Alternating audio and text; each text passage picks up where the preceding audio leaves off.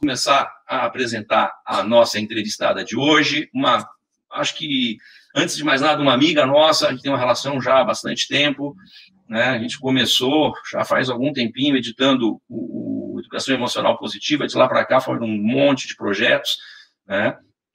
A gente, acho que, viu essa coisa da PP meio que explodir junto, né, de certa forma. Miriam Rodrigues, psicóloga, especialista em psicologia clínica, supervisora clínica, idealizadora da Educação Emocional Positiva, programa psicoeducacional de competências socioemocionais e habilidades para o bem-estar. Autora e coautora de mais de 20 livros de psicologia positiva, educação emocional e terapia cognitiva. Criadora do jogo Pensamentos Prósperos, o jogo que ajuda a pensar legal. Autora de baralhos como o baralho de histórias, instrumento para conceitualização e intervenção cognitiva, o baralho das forças de caráter, psicologia positiva para o desenvolvimento das potencialidades de adolescentes e adultos, e também o baralho das forças pessoais, a psicologia positiva aplicada às crianças. Esse foi o primeiro baralho que a gente fez.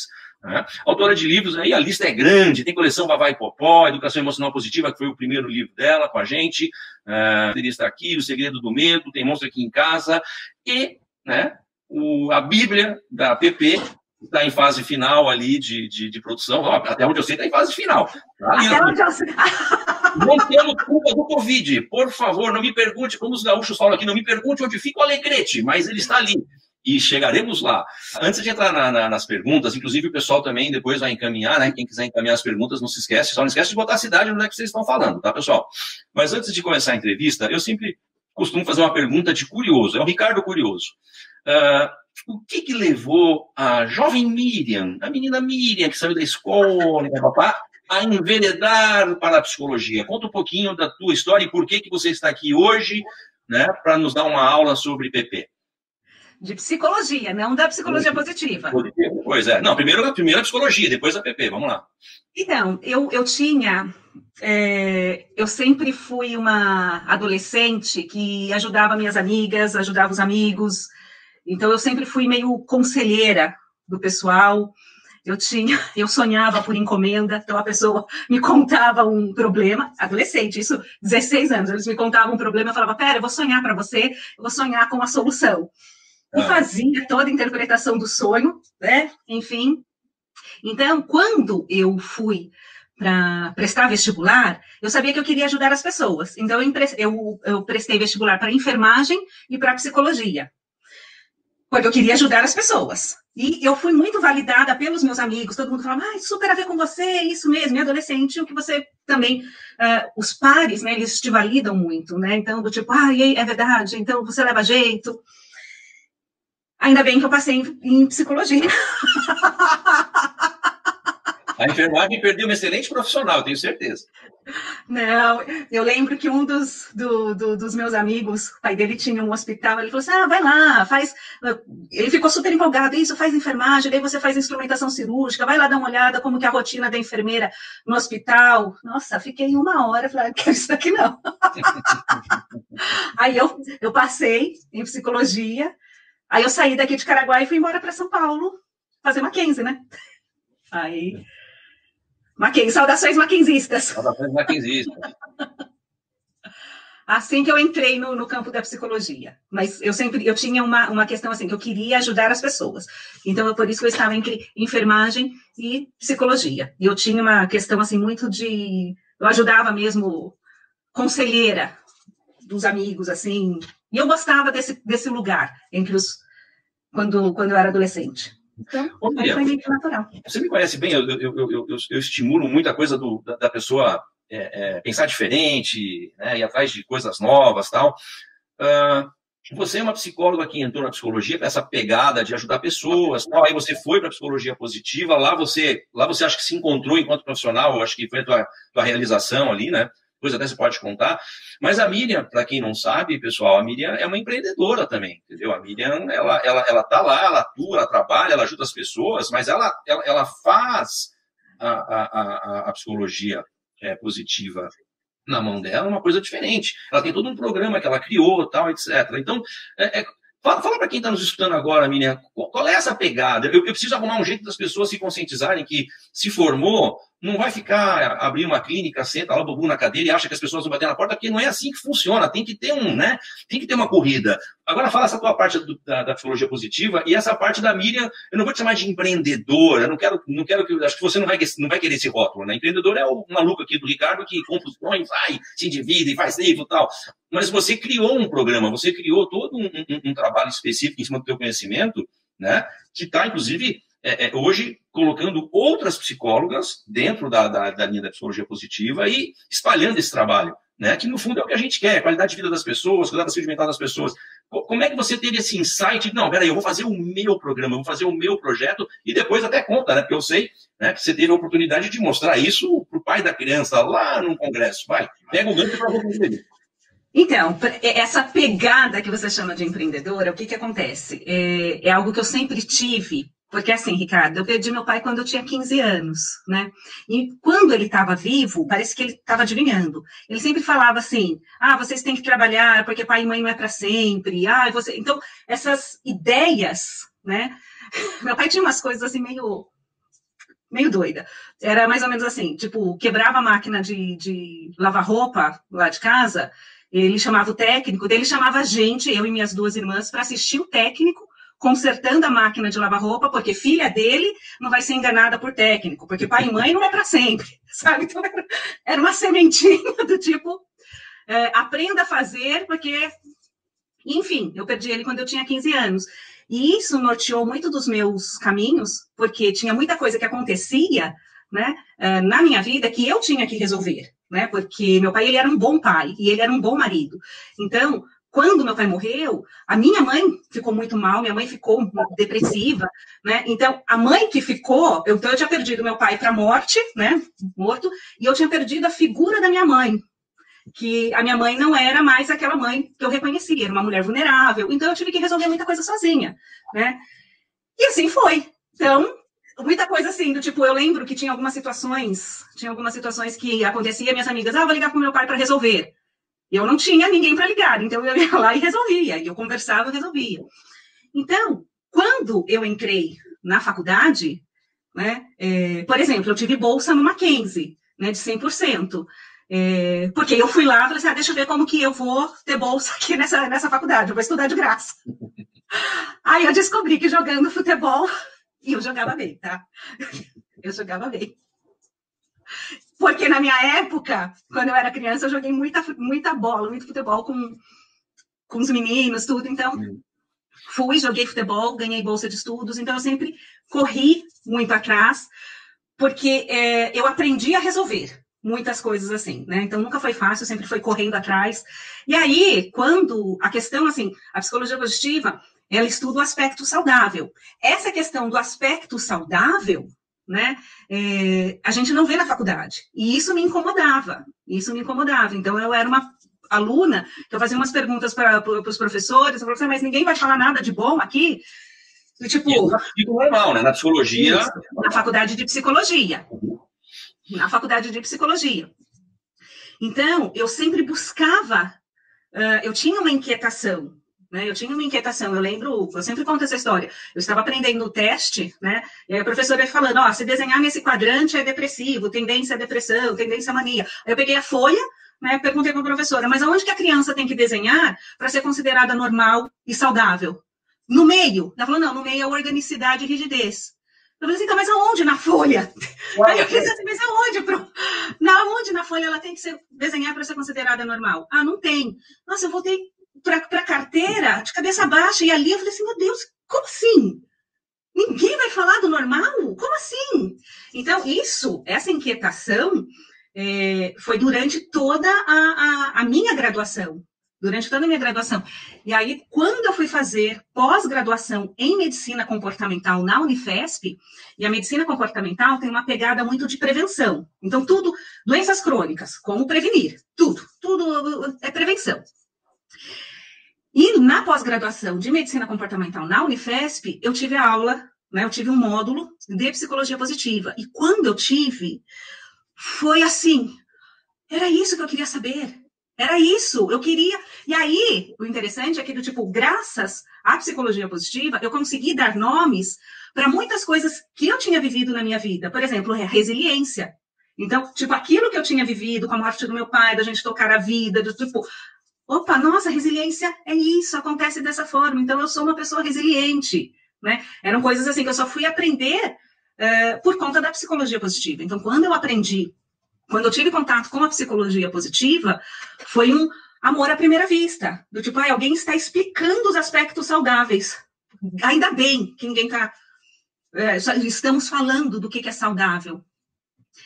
E eu fui professora, né? O meu primeiro emprego foi como professora, lá com uns 15 anos de idade, auxiliar de sala. Então, quando eu aprendi sobre psicologia positiva, quando eu aprendi terapia cognitiva, e eu via que isso funcionava mesmo, que isso é importante, você tem que ver se funciona ou não. Quem me conhece sabe, eu sou aberta a novidades, mas eu preciso saber se funciona ou não. E aí, quando eu vi que funcionava, que realmente meus pacientes melhoravam, eu falei assim, isso daqui tem que estar nas escolas, tem que ser prevenção. E se nós temos condições de saber quais são os aspectos saudáveis para os seres humanos, dos seres humanos, então é possível que a gente aprenda isso antes de que um problema se instale. Então, daí eu sentei, elaborei como que eu explicaria, né, em formas de aulas, eu peguei uma pegada mais pedagógica, menos psicologia e mais didática, e aí montei um programa de educação emocional positiva. Quando fala psicologia positiva, tá, é o mesmo que disciplina positiva? Né? Qual a diferença, semelhança? Só para esclarecer que tem gente que conhece, tem gente que está nos vendo que conhece, tem gente que não conhece. Como é que você poderia dar essa explicação? Então, primeiro, para eu explicar, né, o que é, para eu responder essa pergunta, primeiro eu vou só explicar rapidamente o que é psicologia positiva. A psicologia positiva é um movimento multidisciplinar, tá, de pesquisadores, né, um movimento científico para se estudar os aspectos da vida feliz. O que faz a vida valer a pena? Né? Então, é um movimento científico que estuda a felicidade e o bem-estar. Né? Então, tipo, eu sempre brinco que a psicologia positiva é para ser um documentário, para responder pessoas felizes, o que fazem, o que comem, onde vivem, onde moram. Tipo, é para responder essas perguntas, né? Com quem conversam, sobre o que conversam. Então, a psicologia positiva é esse movimento científico, foi uma união de vários pesquisadores super respeitados para estudar os aspectos saudáveis dos seres humanos. Tá? Então, isso é a psicologia positiva. Então, em termos de criação de filhos, porque a disciplina positiva, né, a disciplina positiva foi desenvolvida lá com a Jenny Nelson, né, eu só não lembro o ano que ela desenvolveu. Né? Embora tenha semelhanças, há aspectos diferentes. A disciplina positiva é uma maneira das pessoas os pais criarem os filhos de uma maneira gentil, firme, né? Sem o autoritarismo, sem a permissividade. Então, a disciplina positiva tem a ver com uma filosofia de se criar os filhos. Então, embora tenha semelhança, ela não é da psicologia positiva. Eu sei que muita positiva no nome acaba confundindo, mas não, são questões bem diferentes. Tá? A psicologia positiva, por exemplo, na criação dos filhos, para a criação dos filhos, nós falamos em parentalidade positiva. Então, quais seriam as semelhanças? As semelhanças são conexão com a criança, uma postura que não seja nem autoritária e nem permissiva, que se é possível, sim, criar com conexão. Tá? Então, essas são as semelhanças. E quais são as diferenças? Dentro da parentalidade positiva, ou seja, o braço, né, da criação dos filhos dentro da psicologia positiva, existem alguns temas que são fundamentais, como, por exemplo, o reconhecimento das forças pessoais dos filhos. Então, os pais são treinados, são ensinados a nomear, a reconhecer e valorizar as forças pessoais dos filhos. Há também a intenção de se trazer temas centrais da psicologia positiva, do estudo da psicologia positiva, como, por exemplo, o otimismo. Tá? Então, o otimismo, trazer o otimismo. Então, você tem intencionalmente esses temas na criação dos filhos. Então, você fala de forças com os filhos, você fala sobre otimismo, e há também uma intenção de se criar emoções positivas com as crianças. Então, tem coisas que se assemelham, como a conexão, o respeito, ter uma postura que não seja, é o caminho do meio, né? Que não seja nem o autoritário, nem o permissivo, mas se difere, porque na psicologia positiva há uma atenção especial para se desenvolver as forças pessoais dos filhos, tá? O otimismo e as emoções positivas. Então, essas seriam as semelhanças e as diferenças. Miriam, você falou agora sobre os pais, né? Como é que os pais podem reconhecer os seus valores? Você falou de treinar, tarará. Como é que isso dá na prática, né? A gente vive num mundo que os pais e os filhos estão numa desconexão total, entendeu? Aliás, a maior reclamação que os filhos têm hoje é que chega em casa, o pai e a mãe estão lá no raio do celular, não dão atenção e tal. Como é que você consegue, tentando levar a coisa para a coisa mais prática agora aqui, como é que você consegue pegar os pais, fazer esse treinamento? Quanto tempo isso demora? Bom, lógico que a gente quer mais rápido, a gente quer mais lenta, mas como é que isso funciona na prática para o pai reconhecer nele os valores, para daí poder desenvolver os que faltam, eventualmente, no filho? Primeiro tem que ter perceber o que está acontecendo. Então, isso que nós estamos fazendo aqui, né, as entrevistas, o trabalho que eu faço também nas minhas mídias sociais. Então, primeiro é essa conscientização de que, tipo, olha, existe isso, né, e a sociedade está doente. Para que o próprio pai reconheça que a sua postura, né, está doente. É uma postura desconectada, uma postura que não conhece o filho, uma postura que não sabe as forças dos próprios filhos, não sabe os próprios valores da família. Então, há primeiro o que nós estamos fazendo, né, as campanhas, falando, trazendo, isso que nós já estamos fazendo, já é o início, para que ele possa, deixa eu prestar atenção, né, aqui, deixa eu ver, é verdade, nossa, eu não sei quais são os valores da minha família, nossa, eu não sei quais são as forças pessoais dos meus filhos. Então, o primeiro passo é a tomada de consciência, né, e a gente só consegue fazer com campanhas e falando, explicando, porque nós estamos mesmo numa sociedade que está muito doente. Porque quais são os aspectos saudáveis dos seres humanos? A conexão, o sentimento de pertencimento, o sentimento de que eu sou importante para alguém. Só que no dia a dia, está todo mundo preocupado em abrir seus próprios caminhos, em chegar lá, que acabam o quê? Trilhando caminhos que adoecem, não se desconectando, não sabendo sobre o outro, né? E isso acaba adoecendo. Então, o primeiro passo seria a tomada de consciência. Quando alguém chega no meu consultório, né, quando alguém me pede supervisão, quando os pais chegam no treinamento de pais, primeira coisa que eu faço, eu dou parabéns. Eu dou parabéns porque se esse pai, se essa mãe me ligou e do tipo, eu quero ouvir sobre isso que você tem a dizer, sobre como ter esse relacionamento melhor com os meus filhos, eu já dou parabéns. Porque você já vê uma intenção. É do tipo assim, eu não sei como fazer, mas eu estou disposta a aprender. Então, e aí os profissionais precisam também estar treinados em nomear, em identificar quais são as forças pessoais para ensinar para os pais. Foi isso que eu tentei te explicar, não sei se você entendeu, lá ainda 7 anos atrás, quando eu estava te explicando do baralho das forças pessoais. Bem no começo. Assim, eu lembro até hoje, Ricardo, dentro da psicologia positiva, uma coisa que é básica é o reconhecimento das forças pessoais. Os profissionais não conhecem. O baralho das forças pessoais é para ajudar os profissionais a entenderem quais forças existem, quais as virtudes que existem e o que podem fazer. Ele só concordou. Ainda bem que a gente entendeu e o baralho nasceu, né? Nasceu, em 2015 nasceu. Primeiro da América Latina. Aliás, você teve a oportunidade de mostrar o baralho, né, para alguém. Conta rapidinho, só para abrir o parênteses, pessoal. Vamos lá, acho que a nossa autora tem que, né, para quem não sabe da história. Eu recebi a bênção do Papa. O ano passado, 2019, né, eu fui no Congresso Mundial da Austrália. Para quem não sabe, a psicologia positiva é um movimento científico e o Papa da psicologia positiva, né, é o Martin Seligman. Foi ele que iniciou, é ele que oficialmente, junto com outros colaboradores super importantes também, como Csikszentmihalyi, né, Chris Peterson, mas ele que foi o porta-voz, porque ele tinha se tornado presidente da Associação Americana de Psicologia. E aí, o ano passado, estou eu lá na Austrália, em Melbourne, congresso, Ele estava lá.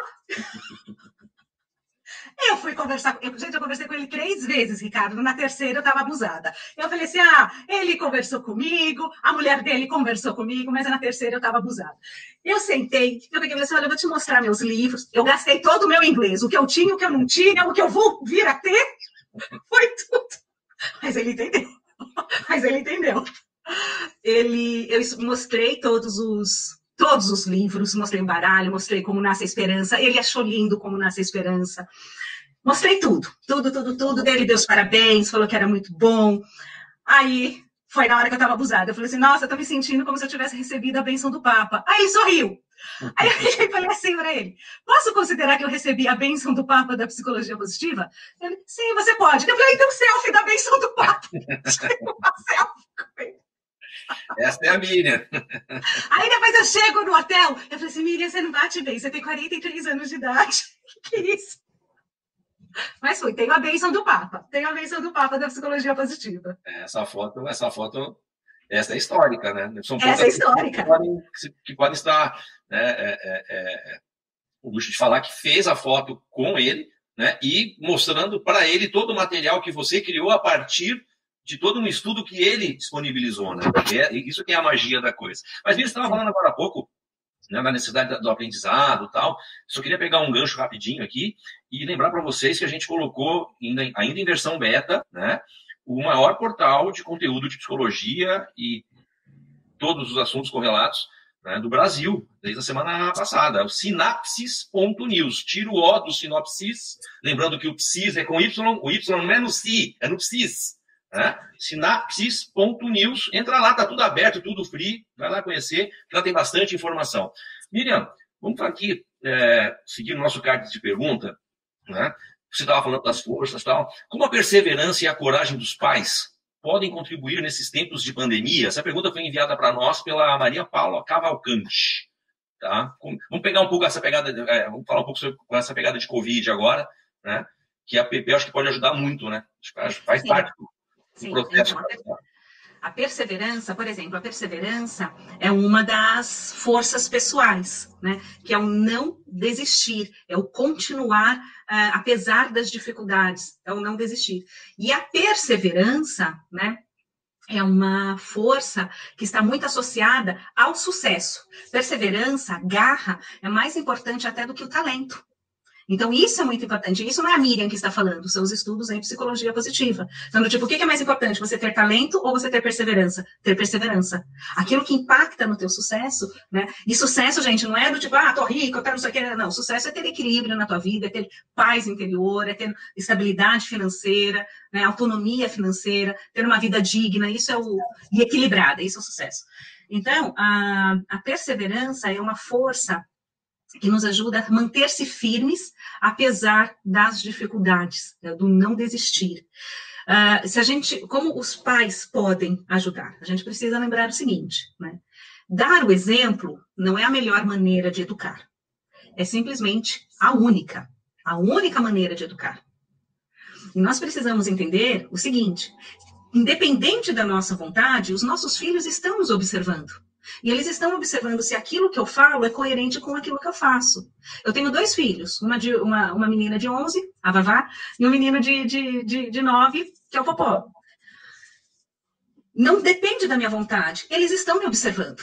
Eles estão observando se eu desisto, se eu persevero. Eles estão percebendo, né, aquilo que eu estou fazendo.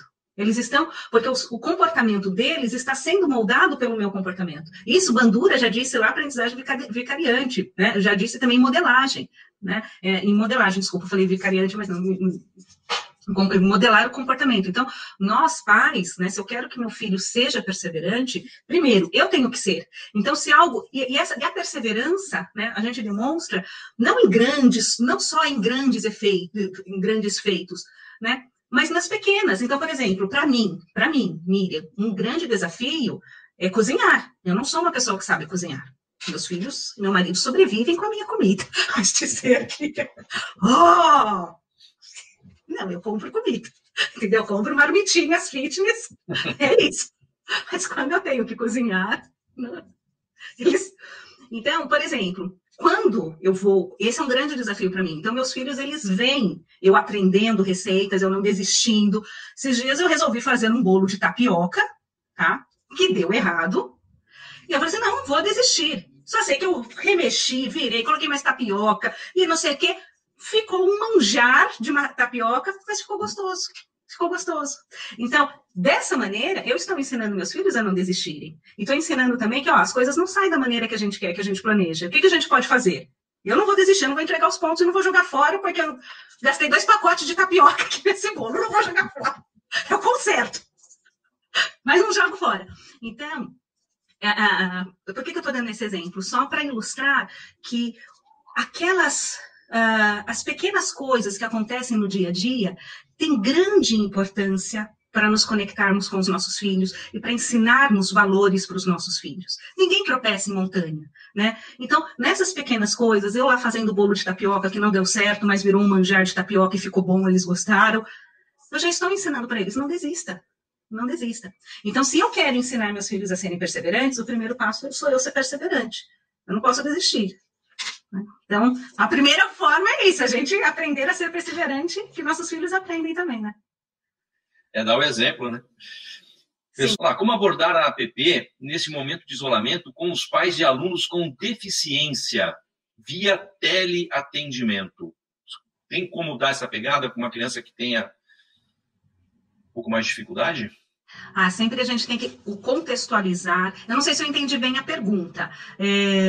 Como abordar a APP nesse momento de isolamento com os pais de alunos com deficiência via teleatendimento? Andréia, desculpa se eu não entendi muito bem, tá? Eu vou responder de acordo com aquilo que eu entendi. Tá?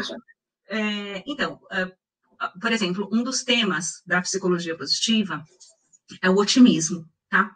E o otimismo, ele pode ser aprendido. Tá? Ele pode ser aprendido. E o otimismo, ele é até uma vacina contra a depressão, tá? Porque nós sabemos que pessoas que têm depressão têm baixos índices de otimismo e pessoas com altos índices de otimismo têm menos depressão. Então, dentro da psicologia positiva, nós estudamos 2 tipos de otimismo. O otimismo aprendido e o otimismo disposicional. Tá? Então, o otimismo aprendido é quando alguma coisa ruim acontece, que tipo de explicação eu dou para aquele fato? Tá? Então, eu encontrar explicações passageiras de que aquilo não vai durar para sempre, específico, olha, só nesse setor, tá, que está acontecendo esse problema, e externa, ou seja, entender o que está acontecendo no ambiente, isso é uma maneira de ser otimista. Tá? Essa é uma maneira de ser otimista. Entender o que está acontecendo. Então, quando alguma coisa ruim acontece, que tipo de explicação eu dou? Se eu dou uma explicação permanente, abrangente ou personalizada, ou passageira específica e externa. Então, o otimista, ele dá explicações passageiras, específicas e externas para os acontecimentos. Então, e no otimismo disposicional, é aquilo que vai acontecer no futuro. Tá? Então, quais os recursos que eu tenho para utilizar, para alcançar a meta que eu quero, aquilo que eu estou querendo. Então, no caso de uma pessoa com deficiência, né, nós temos que adaptar nossa linguagem, a linguagem que o meu filho entenda. Porque não adianta nada eu ter toda essa teoria, né, se o meu filho não entende. Então, trazer o otimismo para as crianças nesse momento de isolamento é essencial, porque é esse otimismo que vai vacinar o meu filho contra a depressão. Então, eu estou prevenindo. Então, tanto o otimismo aprendido como o otimismo disposicional, para se explicar para a criança com deficiência, nós temos que adaptar a nossa linguagem. Só que o que eu quero chamar a atenção é que saber sobre otimismo e ensinar sobre otimismo ajuda qualquer pessoa, qualquer criança, independente se ela tem uma deficiência ou não, se tem um transtorno ou não. Mas na visão da psicologia positiva, a gente tem que adaptar a nossa linguagem, tá? A gente tem que adaptar a nossa linguagem. Eu lembro que eu tinha alguns alunos, quando eu ainda trabalhava em escolas, que eu adaptava a linguagem, eu via qual era o canal de comunicação que ele tinha, era o desenho, então eu explicava via desenho com ele. Mas tem que conhecer a criança para saber qual é a via de comunicação que ela mais escuta, que ela mais aceita. Mas nesse momento de isolamento, o que nós mais estamos precisando é do otimismo, do otimismo. Muito bom. Antes da próxima pergunta, entrou uma pergunta de uma xará sua, né? Eu vou aproveitar o gancho da sua xará, né? Eu vou levantar a bola, você corta aí, tá, Miriam? Mas lembrando que o site da Senhora está com desconto de 10% a 40% e que existe hoje ali no site um kit, uma promoção com os produtos da Miriam, tá? De psicologia positiva. A tua xará pergunta: Miriam, indique um livro para quem, como eu, está começando a conhecer a PP, por favor. Eu não vou dizer nada, hein? É lógico que eu vou indicar o meu. Mas o Miriam Lemos Piazza, pode comprar sem medo, porque é muito bom o livro. O Educação Emocional Positiva. E para as crianças... não está aqui, está na... não, está aqui sim. E para as crianças, o Como Nasce a Esperança. Como Nasce a Esperança, para trabalhar esses temas que eu expliquei, né, do otimismo aprendido. Foi esse o livro que o Martin Seligman adorou, porque o Martin Seligman, antes de ser o pai da psicologia positiva, ele era já conhecido, um pesquisador que já tinha cunhado o termo desamparo aprendido, né? E ele escreveu um livro sobre otimismo aprendido. E aí, na hora que eu mostrei para ele o livro, Como Nasce a Esperança, Aprendendo sobre Otimismo, que é em relação aos estilos explicativos que ele ensina, ele adorou. Então, são esses livros que eu indico. Primeiro, eu vou indicar o meu, Educação Emocional Positiva, Saber Lidar com as Emoções é uma importante lição. Tipo assim, não sei nada de psicologia positiva. No meu livro, você vai conhecer o que é psicologia positiva. Com certeza, é um livro super vendido no site, não só no site, como pelo mercado geral na psicologia, né? As livrarias compram muito esse livro. Miriam, tem uma pergunta aqui que foi enviada pelo Carlos Eduardo Melo por e-mail, tá? Por que é tão difícil para os pais praticar a escuta ativa e um diálogo respeitoso com os seus filhos no seu cotidiano? Carlos, é aquilo que eu falei inicialmente, né? A nossa sociedade, ela está doente, tá? A nossa sociedade está doente. Então, nós vivemos numa sociedade que não temos tempo para nada, mas nós temos tempo para consumir conteúdos que não nos agregam, né? A gente passa, horas nas mídias sociais, passa horas discutindo no Facebook, discutindo no Twitter, mas não colocamos atenção, não nutrimos as relações que realmente importam, né? Então, por que é tão difícil para os pais praticarem a escuta ativa? Primeiro, precisa se desconectar mais, né? Precisa se desconectar mais. Segundo, talvez esses pais também não tenham aprendido, né? É difícil dar aquilo que não se tem, por isso que eles também precisam aprender o que é o processo de escuta ativa, né? Que é um processo de deixa eu estar disposto a escutar, né? O que o outro diz sem julgamento, deixa pelo menos eu não falar enquanto o outro fala. Aqui em casa, por exemplo, como que a gente faz a escuta ativa? Nós temos um jogo, uma brincadeira, que é o minha vez, sua vez.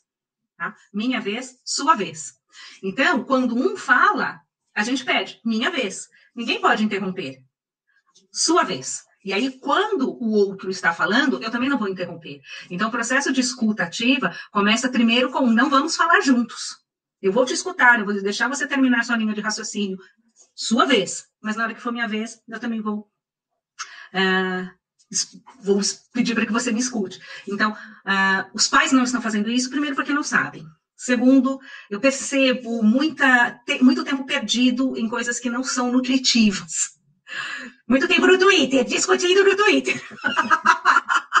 Isso não faz bem.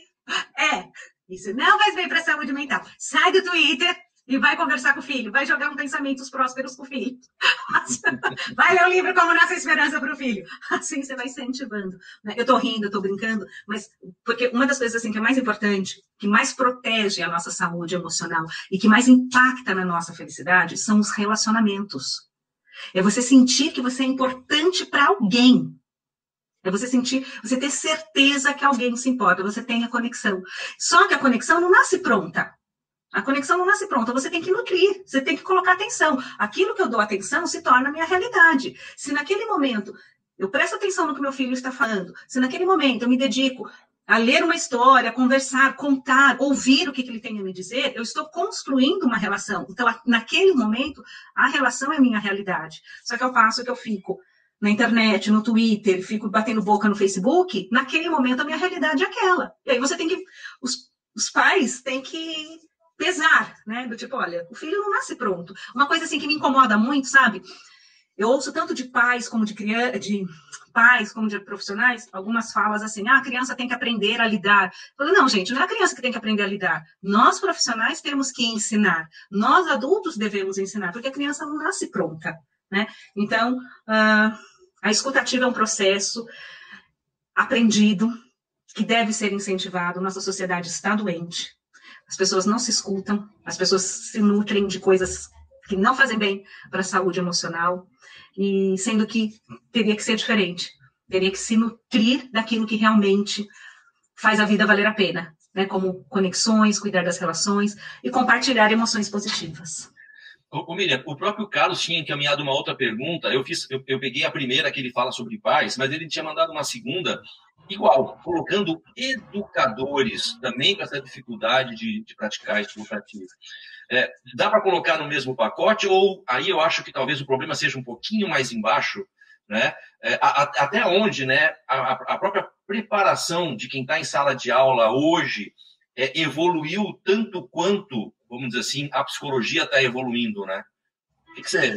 Onde é que a gente consegue fazer um match nisso daí? Ou quem sabe, abre-se um gigantesco espaço para os psicólogos que estão querendo um trabalho, criar um curso para ensinar a professora a desenvolver a educativa. O que você acha? Então, aí eu vou falar, a educação emocional positiva, nosso programa ensina isso. aí eu já falo do meu. Então, mas, como eu disse, a sociedade, ela está doente, tá? Então, nós pegamos assim, as empresas estão doentes, então os colaboradores estão doentes, a escola, os educadores estão doentes, os alunos estão doentes, os pais estão doentes, a sociedade está doente, tá? Só que já foi pior. A gente pensa que não, mas já foi pior. Nós estamos melhorando. Embora a gente ache que não esteja melhorando, mas nós estamos melhorando. Por quê? Antes, nós tínhamos iniciativas isoladas de alguns professores, iniciativas isoladas de algumas escolas, de alguns coordenadores, do tipo, olha, que olhavam para isso, tá? Hoje não. Hoje já tem uma conscientização maior do tipo, olha, isso é importante, a gente só não sabe como fazer, mas isso é importante. Tanto que está entrando na base, já entrou, na Base Nacional Comum Curricular, a BNCC, que ela traz 10 competências, né, que deve permear todas as disciplinas, que os educadores devem trabalhar nessas habilidades, porque é para preparar para a vida. Então, é isso que eu falo, já foi pior, no sentido assim, antes a gente via iniciativas isoladas. Hoje não, hoje nós já sabemos, já tem mais consciência, só que simplesmente é aquela coisa assim, nós não fazemos ainda porque nós não sabemos. Então, tipo, como que eu vou fazer algo que ainda não sei? Então, por isso que é importante, sim, a gente treinar os professores, capacitá-los, né? Mas, principalmente, também, além de capacitar os professores, que o próprio psicólogo, né, eu vou falar da nossa classe, o próprio psicólogo também esteja nas escolas para dar apoio para esses educadores, para esses professores. Porque quando esses professores, eles têm um espaço de escuta para falar das suas próprias angústias, das suas próprias ansiedades, eles vão estar mais tranquilos para escutar as ansiedades e as angústias dos alunos. Então, tipo assim, eu vou dar aquilo que eles estão recebendo. Entende? Do tipo, para a gente não colocar só mais uma demanda para o professor, a gente também precisa cuidar desse professor, para que ele tenha recursos também para cuidar dos alunos. Assim como hoje na psicologia hospitalar, né, o profissional está ali, mais até para dar uma retaguarda para a equipe de trabalho, né, a escola deveria também ter esse psicólogo, não para falar com o aluno, e sim para falar com o time da escola, né? Isso, sim. Tem muito o que fazer para melhorar esse Brasilzão ainda. Miriam, está indo para o final, mas eu ainda vou querer 3 perguntinhas suas, aí nós vamos ter que dar um ligeirão. Okay. A primeira delas foi encaminhada agora pela Davine Macedo. Você falou em forças pessoais há um tempinho atrás, e ela está perguntando, uma pessoa pode desenvolver as forças pessoais com qualquer idade? Pode, lógico que pode. A questão é assim, nós temos nossas forças pessoais, só que nós somos cegos em relação às forças pessoais. Nós não sabemos que aquilo é uma força, né? E nós temos as forças pessoais, né? A psicologia positiva descreve 24 forças, mas nós não temos as 24 forças na sua maior potência. Nós vamos ter, assim, umas 5, 6, que é do tipo, que me identifica como pessoa. São qualidades positivas mais estáveis, por isso são chamadas de forças pessoais. Então, do tipo assim, como que você me conhece? É aquela que faz que tem bom humor. Então, porque é uma das minhas forças. Então, as forças pessoais, né, elas são presentes na nossa vida. O que acontece é que nós somos cegos, nós não reconhecemos, tá? Mas não é porque eu tenho as 6 que eu não possa desenvolver as outras forças. No meu caso, por exemplo, no meu caso, porque tem um teste, né, de forças pessoais. No meu caso, humildade é a 23ª força pessoal. De 24, a humildade fica lá em 23º. Eu quis aprender a ser mais humilde. Então, eu peguei lá os livros da psicologia positiva, porque é isso que a psicologia positiva faz, ela descreve as potencialidades humanas, e eu fui ler. O que é ser humilde? Tá. Então, eu vou aprender a fazer isso. Tá? Então, nós podemos desenvolver em qualquer idade. A questão é, as forças pessoais, elas são naturais. Por exemplo, o bom humor é uma força pessoal minha. Eu não preciso me esforçar. Eu perco amigo, mas eu não perco a piada. Meus pacientes sabem. Eu falo, eu perco o paciente, mas eu não perco a piada. Eu faço piada. Então, eu não preciso me esforçar. Pelo contrário, eu tenho que me controlar para não fazer piada no momento errado. Porque minha cabeça fica fazendo piada, né? Quer fazer brincadeira. Mas a humildade, como está lá embaixo nas forças pessoais, das forças, no meu caso, eu tenho que fazer um esforço. Mas, respondendo a sua pergunta, sim, podemos aprender e podemos desenvolver. E, detalhe, quando criamos projetos pessoais, onde nós colocamos nossas forças pessoais, nós somos mais felizes. Então, para ser mais feliz, coloque sua força pessoal em ação. Muito bom. Tem uma outra pergunta que veio aqui da Sandra San. Ela contextualiza no momento de Covid, tá? Mas eu acho que você pode abranger um pouquinho mais essa resposta. Como a PP trabalha o luto nesse momento com as crianças? É muito acolhimento, viu, Sandra? Muito acolhimento. E, assim, a questão do luto, a gente precisa entender assim, a morte é um momento triste em qualquer etapa, né? A morte, em qualquer momento da vida. Né? Então, a psicologia positiva, ela procura fazer com que nós possamos acolher, né? Dar acolhimento e permitir que essa pessoa ela vivencie sua dor, mas com apoio social. Então, a psicologia positiva ela vai mostrar a importância do apoio social no acolhimento da dor. E a psicologia positiva também vai procurar trazer emoções positivas. Nossa, parece contraditório, né? Emoção positiva no momento da dor? Sim. Por exemplo, a gratidão daqueles ensinamentos que a pessoa te deixou. Olhar, então, a gratidão do ensinamento que a pessoa deixou. Desenvolver orgulho da história que a pessoa deixou, do legado que a pessoa deixou. Então, olhar, mas nada forçado, tá? Eu tomo um cuidado, porque eu não quero que as pessoas pensem que a psicologia positiva é algo desrespeitoso, algo que invalida, que não é isso, é muito acolhedor, mas a gente procura olhar para a pessoa, né? Escrever uma carta de gratidão para essa pessoa, e visualizar, a gente ler essa carta de gratidão para essa pessoa, por todo o legado, por todos os momentos que passaram juntos. Então, mas não só em época de Covid, em qualquer momento, lidar com a morte, né, é doloroso e a gente precisa ter recursos para acolher os nossos pacientes, né, que chegam até nós enlutados. Então, essa fase não é fácil.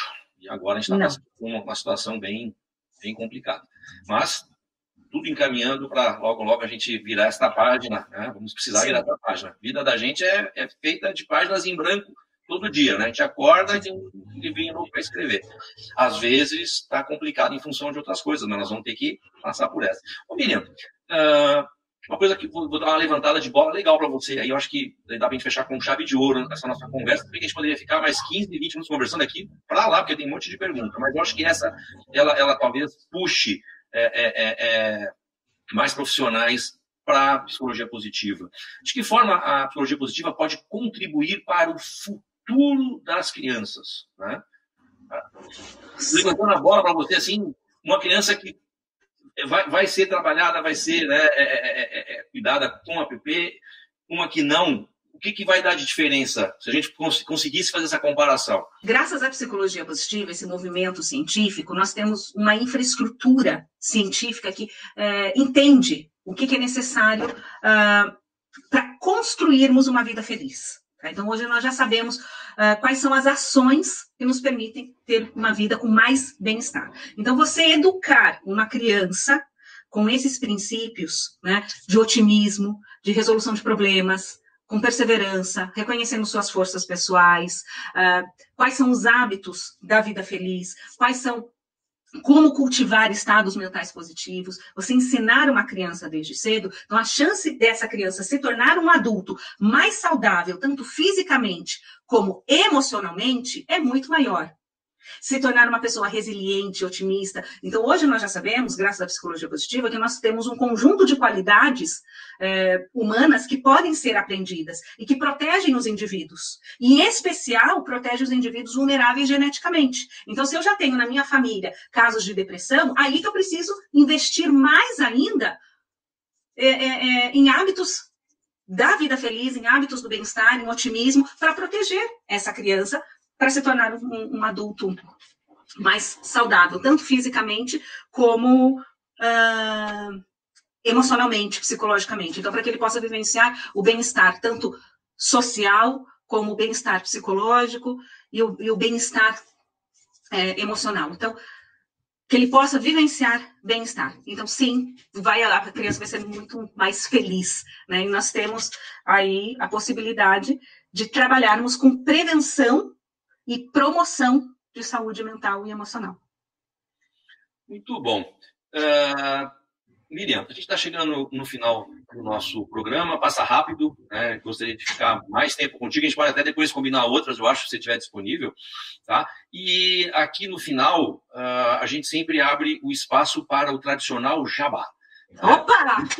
Você dedicou 1 hora do seu tempo para vir dividir seu conhecimento aqui comigo e com os nossos participantes aqui do chat, aqui nessa live, e as centenas e milhares de pessoas que vão ver esse vídeo depois ali no nosso canal do YouTube. Se inscreva no canal do YouTube, nossa meta é o Felipe Neto, não queremos brigar com o rapaz. 29 milhões e pouco, a gente está satisfeito. Né? Miriam, para sua despedida e venda seu peixe, minha querida. Passa contato, www, Instagram, passe tudo, porque a gente precisa fazer a roda girar, né? Opa! Então, para quem não me conhece ainda, nós temos o nosso programa Educação Emocional Positiva, que é um programa de prevenção e promoção de saúde mental e emocional, de competências socioemocionais e habilidades para o bem-estar. Então, na Educação Emocional Positiva, esse programa é para você aplicar tudo isso que eu expliquei para vocês, né? Então, nós temos atividades, como desenvolver as atividades para ensinar a ser otimista, a reconhecer as forças pessoais, o reconhecimento das emoções, né? Corrigir os pensamentos distorcidos. Então, nós temos a Educação Emocional Positiva, tá? Que é um curso voltado para profissionais da área da saúde, da educação, do serviço social e RH. Nós temos também o curso Psicoterapia Positiva. O Psicoterapia Positiva, né, que nós vamos abrir as inscrições ainda esse mês, o Psicoterapia Positiva é voltado só para psicólogos e psiquiatras. É para os profissionais aprenderem a como aplicar a psicologia positiva na prática clínica. Então, vai aprender assim, do tipo, como tratar casos de ansiedade com psicologia positiva. Mas o Psicoterapia Positiva é só para psicólogos e psiquiatras, estudantes de psicologia e residentes em psiquiatria, tá? E nós temos também o curso de Psicologia Positiva. O Psicologia Positiva é para quem quer conhecer o que é a psicologia positiva.